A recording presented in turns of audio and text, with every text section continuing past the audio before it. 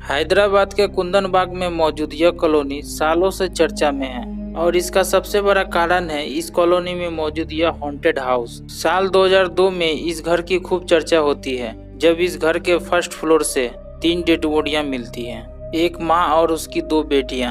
जब तीनों का पोस्टमार्टम कराया जाता है तो पता चलता है कि इसकी मौत तो 3 महीने पहले ही हो चुकी है। अब यह बात सुनकर आस पड़ोस के लोग भी हैरान होते हैं कि ऐसा कैसे हो सकता है। पड़ोसी दावा कर रहे थे कि कल ही तो उस महिला को छत पे देखा गया था और उनकी जो बेटियां थी उनको बैल्कनी में देखा गया था, तो ये कैसे हो सकता है। अब पुलिस भी इस बात को सुनकर हैरान हो गई, आखिर ये माजरा क्या है। इन सब घटनाओं की शुरुआत होती है एक चोर से, जो कि कई दिनों से उन घरों पर नजर रखे हुए था। वो लोग कब जागते हैं, कब सोते हैं, बत्ती कब जली रहती है, कब बुझी रहती है। एक दिन उस चोर को उस घर में घुसने का मौका मिल जाता है। चोर जैसे ही घर के अंदर प्रवेश करता है, ग्राउंड फ्लोर पर तो उसे कुछ नहीं मिलता। उसके बाद वह चोर फर्स्ट फ्लोर की तरफ बढ़ता है। कई सारे कमरे को देखने के बाद एक कमरे की ओर वो बढ़ता है जहाँ से बहुत ही तेज बदबू आ रही थी। ऐसा लग रहा था जैसे कोई जानवर बहुत दिन से मरा पड़ा हो। उस कमरे के अंदर जैसे ही प्रवेश करता है, सामने बेड पर 3 डेड बॉडी देखकर उसकी पैरों तले जमीन खिसक जाती है। ये डेड बॉडी उसी महिला और उसके 2 बच्चे की थी। उन लाशों को देखकर अचानक से उस चोर का हालत खराब हो जाता है।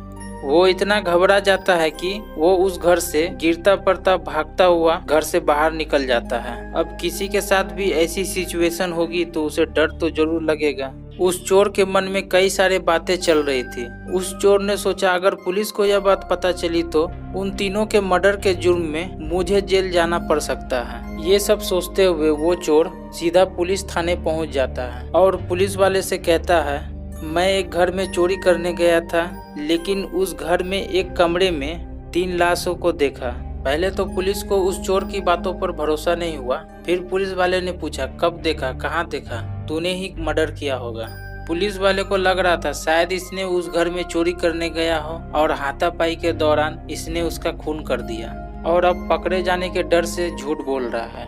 अब पुलिस की एक टीम उस चोर को लेकर बताए हुए जगह पर पहुंचती है। अब पुलिस वाले उस रूम में जैसे ही घुसते हैं, सामने बेड पर 3 डेड बॉडियां रखी हुई थी। पुलिस उस रूम की जब अच्छी तरह से तलाशी लेती है तो कई सारे चीजें वहां मिलती है, जैसे कि एक काला जादू करने वाली किताब, कई कैंडल्स, एक खून की बोतल और एक फिनाइल की बोतल और कई पुराने अखबार मिलते हैं। पुलिस डेड बॉडी को तो पोस्टमार्टम के लिए भेज देती है और आसपास के लोगों से कुछ पूछताछ करने लगती है। उसमें से कई सारे जो पड़ोसी थे वो इस घटना को सुनकर हैरान हुए। उन लोगों का कहना था कि कल ही तो उस महिला को देखा गया था छत पर और उनकी बेटी को देखा गया था बैल्कनी में, तो अचानक से कैसे इसकी मौत हो सकती है। कई पड़ोसी का यह कहना था कि इस महिला का मेंटली हेल्थ अच्छी नहीं थी, ये लोगों को अजीब अजीब नजरों से घूरा करती थी।